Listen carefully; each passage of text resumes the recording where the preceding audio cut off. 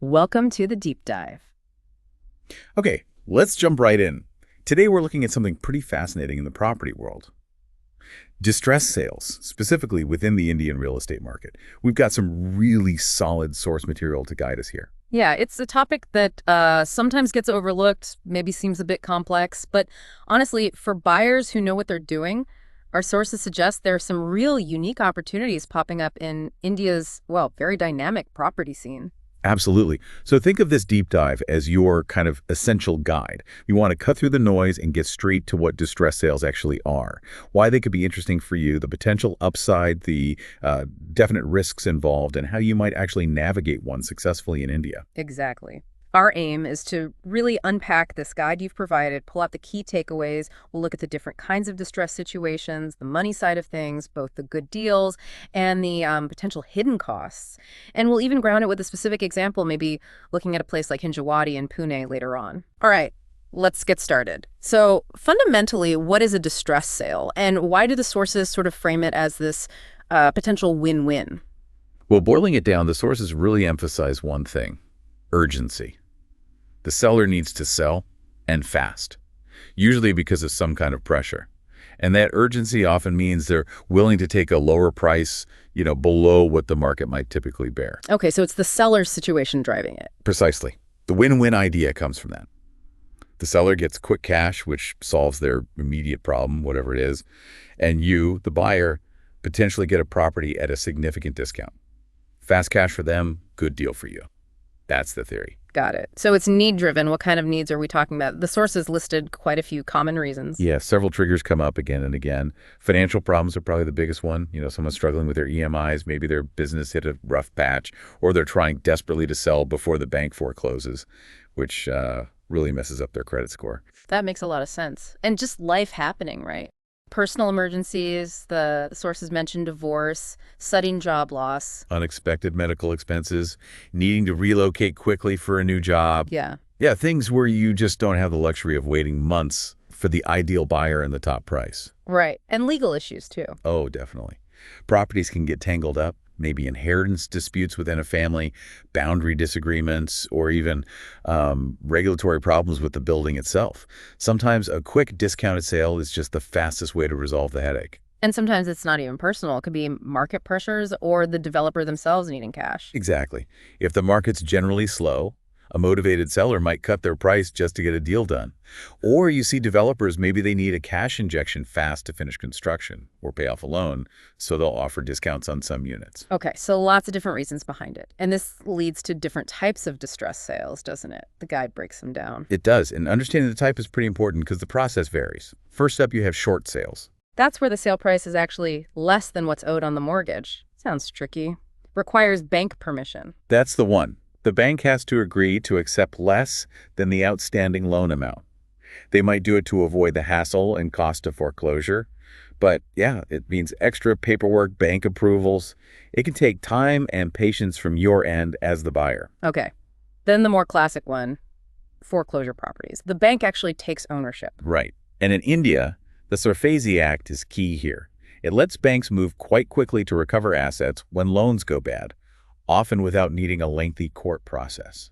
And even within foreclosure, there are stages, like pre-foreclosure. Yeah, pre-foreclosure is interesting. The owner technically still owns the property, but they've received official notice from the bank.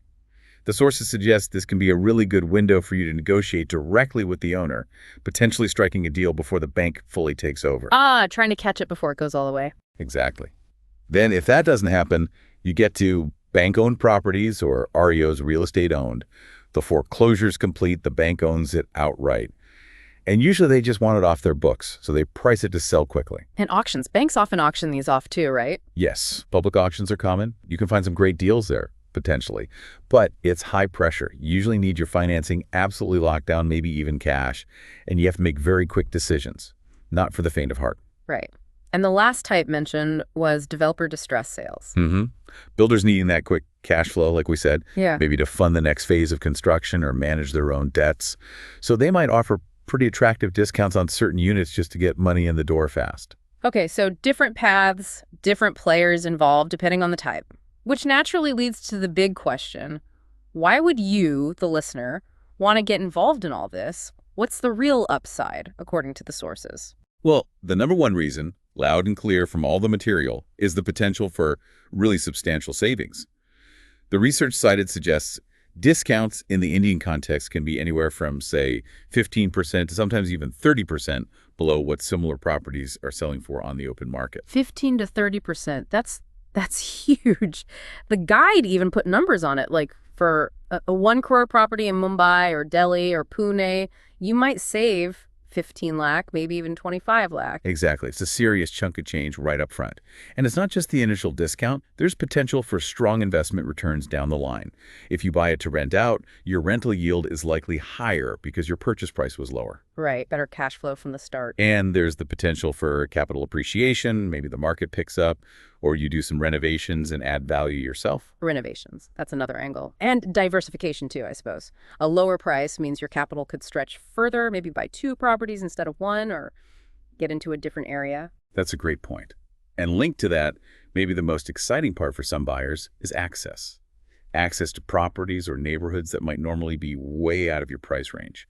Think prime spots in Gurgaon or parts of Bangalore, or even the luxury end in Pune distress sales can sometimes be a way in. So that concept of immediate equity building the guide talks about is pretty powerful. Buying something worth 1 crore for, say, 80 lakh, you've basically got 20 lakh in equity on day one. Yes, that instant equity is a major plus. And don't forget the negotiation power. Because the seller is in a pay spot, you often have more leverage, not just on the price, but maybe negotiating a quicker possession date or getting them to agree to fix certain things before handing over. And having bought it cheaper leaves you more cash, potentially, for those necessary fixes or upgrades you mentioned. You can put your own stamp on it, increase its value further. But, and this is a really big but, while the opportunity is definitely there, you absolutely have to weigh it against the challenges. It's not some kind of guaranteed path to easy money. Far from it. Right. Let's talk pitfalls. The guide flags property condition as a major one. Oh, for sure. Think about it. If someone's in financial distress, property maintenance is often the first thing that gets skipped. So you could be inheriting deferred maintenance, maybe hidden structural problems, leaky roofs, outdated plumbing, stuff that costs serious money to fix. And the legal side sounds like it could be a minefield. It really can be. The sources hammer this point home. Distressed properties can come with a lot of baggage. Unclear titles, disputes over ownership, unpaid property taxes or society dues piling up, maybe regulatory issues like lack of an occupancy certificate, existing loans, or liens that haven't been cleared. Wow, okay. That sounds like it could seriously delay things, or even kill the deal entirely if you're not careful. Absolutely. And then there's financing. If the property's in bad shape or has these legal question marks hanging over it, guess what? Banks might get nervous. Yeah, they might hesitate to lend or demand a much bigger down payment, maybe offer a higher interest rate. Exactly. So you might find yourself needing a hefty amount of cash up front or having to look at more expensive alternative financing routes, which just aren't feasible for everyone. And those hidden costs, they add up, don't they? The obvious repairs, but also legal fees to untangle any mess, paying off old utility bills, plus the usual stamp duty and registration. That initial discount can shrink fast if you haven't budgeted properly. It really underscores the need for caution. Which brings us to, how do you actually manage these risks? Especially the legal and financial ones. Sounds like thorough due diligence is absolutely key. Non-negotiable, according to the guide, it lays out a kind of checklist, top of the list. Title verification, making absolutely sure the seller has the clear right to sell, checking for any existing loans or claims, liens, encumbrances, maybe even tracing ownership back 30 years and getting all the necessary no objection certificates or NOCs. And alongside that, financial clearances. You need confirmation proof that all property taxes are paid up to date. Same for maintenance charges if it's in a society. Any outstanding electricity or water bills. And critically, if there was a previous home loan, ensuring it's fully paid off and the bank has officially released its charge on the property. And regulatory compliance, super important in India. Checking RERA registration for newer projects. For any property, verifying the building plans were approved, that it has the required occupancy certificate, sometimes even environmental clearances depending on the property type and location. And getting all the paperwork is crucial, not just for checking, but for your own records. The sources list things like the original sale deed, latest tax receipts, the approved building plans, the OC, utility bill proofs, And then the legal docs, the chain of title papers, the encumbrance certificate that confirms no outstanding charges, and those local land records like the 712 extract or property card, which are government records of ownership and land details. Okay, wow, that's a serious amount of homework. Assuming you're prepared to do that legwork, where do you even find these distress sale opportunities? They aren't always advertised like regular sales, are they? Not always, no. But the guide suggests a mix of modern and traditional methods. Online is increasingly useful. Bank websites often have dedicated sections listing properties they've foreclosed on. Major property portals like 99 Acres, Magic Bricks, Housing.com sometimes have filters or specific sections for auctions or distressed properties. And there are government e-auction platforms too. Okay, so digging online, what about offline? Still very important. Good, experienced real estate agents, especially those who specialize in a particular area or this type of sale, can be invaluable. They often hear about situations before they hit the open market. Oh, insider knowledge. Exactly. Building relationships directly with recovery departments of banks can sometimes yield leads too. And networking with property lawyers, they're often involved when things go sour financially or legally for property owners. And don't forget local newspapers. Auction notices are often published there. And networking more broadly. The guide mentioned investor groups. Yeah, connecting with local property investment clubs, building contacts within banks, especially loan recovery folks, talking to developers directly, liaising with legal professionals who handle property disputes or insolvency cases. It's about being proactive, having your ear to the ground, not just passively waiting. Right. So you find a potential property. Now comes the negotiation. Since the seller is under pressure, you have leverage, but how do you use it smartly?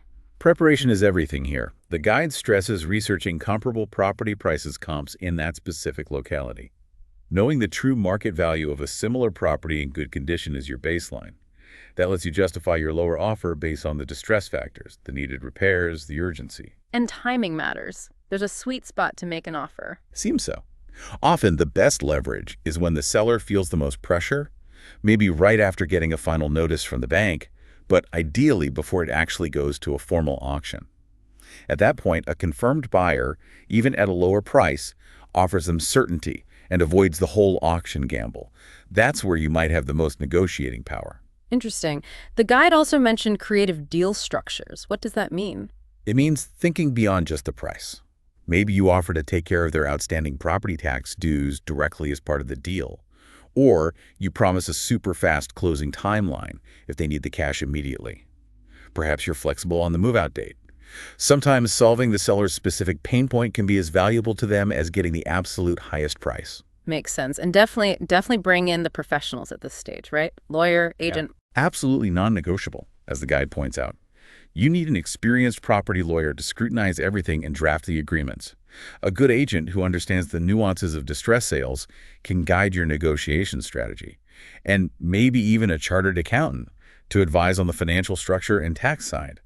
Trying to DIY this part is asking for trouble. Okay, so this all sounds complex but potentially rewarding. How does it play out specifically in the Indian market? Are these sales common? The sources suggest maybe not as commonplace or standardized as in some Western markets, but still a significant opportunity, especially in the major cities. Think Mumbai, Delhi NCR, Bangalore, Chennai, Pune high-value markets where financial pressures can bite harder. And it varies by city. The guide highlighted some regional differences. It does seem to. In Mumbai and the wider Mumbai metropolitan region, MMR, with those really high property prices, distress sales might pop up more in the mid to luxury segments. Economic shifts can put pressure on owners there, and the potential savings, like that 25-50 lakh figure mentioned, can be substantial in expensive properties. Delhi NCR. More resale market activity there. Yeah, possibly linked to issues like delays in new project deliveries we've seen in places like Noida and Gurgaon, leading some initial buyers or investors to sell under pressure. The resale market seems active for distress deals there. Bangalore, being the IT hub, may be linked to job market fluctuations. That's a factor the sources point to. Job relocations, sector volatility affecting incomes. You might find opportunities cropping up in those big IT corridors like Whitefield, Electronic City, Sarjapur Road. And Pune, similar story, another major IT and manufacturing hub. Areas like Hinjawadi, Wakad, Boehner mentioned as having potential. Exactly. The underlying legal framework in India is also really important context here. We mentioned the Sarfazi Act that really empowers banks to act relatively quickly on bad loans secured by property. It creates a more predictable, albeit sometimes harsh, process for foreclosure and subsequent sales. And RERA, does that play a role? Mostly for new projects, yes. RERA brings transparency, protects buyers on things like project timelines and quality. So if you're looking at a distressed sale from a developer, RERA compliance is definitely something you check for reassurance. And the IBC, the Insolvency and Bankruptcy Code? That's more about the corporate level, but it provides a framework for resolving stressed assets for companies, which can sometimes include real estate holdings. So opportunities might arise indirectly through that process too. Okay, let's zoom in on that Pune example the guy detailed. Hinjawadi. Why is that highlighted as a potential hotspot? Well, Hinjawadi is basically Pune's IT capital, isn't it? Huge tech parks, home to Infosys, Wipro, TCS, loads of others. That concentration of IT professionals creates a specific dynamic. So distressed sales there might often be linked to the IT crowd. People getting transferred, moving abroad. That's a common scenario mentioned. Someone gets a great opportunity elsewhere, needs to sell their Pune flag quickly. Financial stress is another factor. Maybe someone stretched themselves with a high EMI, and then, job uncertainty hits, which can happen in the tech sector. Or maybe investors who bought during a boom time and now need to exit quickly for cash. Could be that too. The sources give some concrete numbers to illustrate the potential. The general market rate in Hinjawadi might be somewhere between, say, $6,000 and $12,000 per square foot. Okay, but a distressed sale could potentially offer a discount of $1,000 to maybe $2,500 per square foot below that. That's the kind of range suggested. It makes a real difference. The guide gives examples. Yeah. A standard 2 BHK apartment that might normally sell for around 75 lakh. You might find a distressed deal closer to 60 lakh. Wow, that's a 15 lakh difference. And for a bigger place like a premium 3 BHK, market price maybe 1.25 crore. Could potentially be snagged for around euro crore in a distress situation. And even villas market 2 crore, distress maybe 1.65 crore. These examples really drive home potential scale of savings. They certainly do. But again, potential savings, it's not guaranteed, and you need a process. The guide lays out a pretty clear step-by-step approach. Right. Starts with research and planning, doesn't it? Absolutely. Before you even look at properties, identify your target areas, the type of property you want, figure out your budget, and crucially, include a realistic estimate for repairs and other costs right from the start. Line up potential financing options, start assembling that team lawyer, agent. Then the actual hunt. Property identification, monitoring those online portals, networking like crazy, maybe attending a few auctions just to see how they work, keeping an eye on public notices. Once you find something promising, it's deep dive evaluation and due diligence time. That means a thorough physical inspection, get professionals involved if needed. The rigorous legal checks we talked about, title, approvals, dues, a proper financial analysis crunching all the numbers, and getting a realistic assessment of its current market value. And only then, negotiation and purchase, making that initial offer, haggling over terms, getting the sale agreement finalized, and then handling the registration and finally taking possession. Let's just double-click on the financial planning part for a second. The guide gives simple but vital formulas. Your total investment is not just the price you pay the seller. It's purchase price plus repair costs, plus legal fees, plus registration stamp duty, plus any other costs. You have to account for everything. Good point. And the ROI calculation helps assess the potential return. Current market value, total investment, then times 100 gives you a percentage. Using that Hinjawadi 2 BHK example again helps illustrate. Market value, say, 80 lakh. You manage to negotiate a distress price of 65 lakh. Great. But then you estimate 8 lakh for essential repairs and maybe 2 lakh for legal fees, registration, etc. Okay, so your total investment is actually 65 plus euro watt plus euro 2 euro 75 lakh, not 65 lakh. Exactly. But even at 75 lakh total cost, for a property currently worth 80 lakh, you still got that sure lakh immediate equity we talked about. And the guide suggested, based on rental potential or future appreciation, the ROI on such a deal could be in the 6–7% range, which is pretty decent. But risk management is woven through all of this, legally. Rely heavily on your lawyer. Double, triple check titles, approvals. Get title insurance if possible. Financially. Have a buffer. The guide suggests maybe 20–30% of the purchase price aside for unexpected costs. Have backup financing options if possible. Keep emergency funds.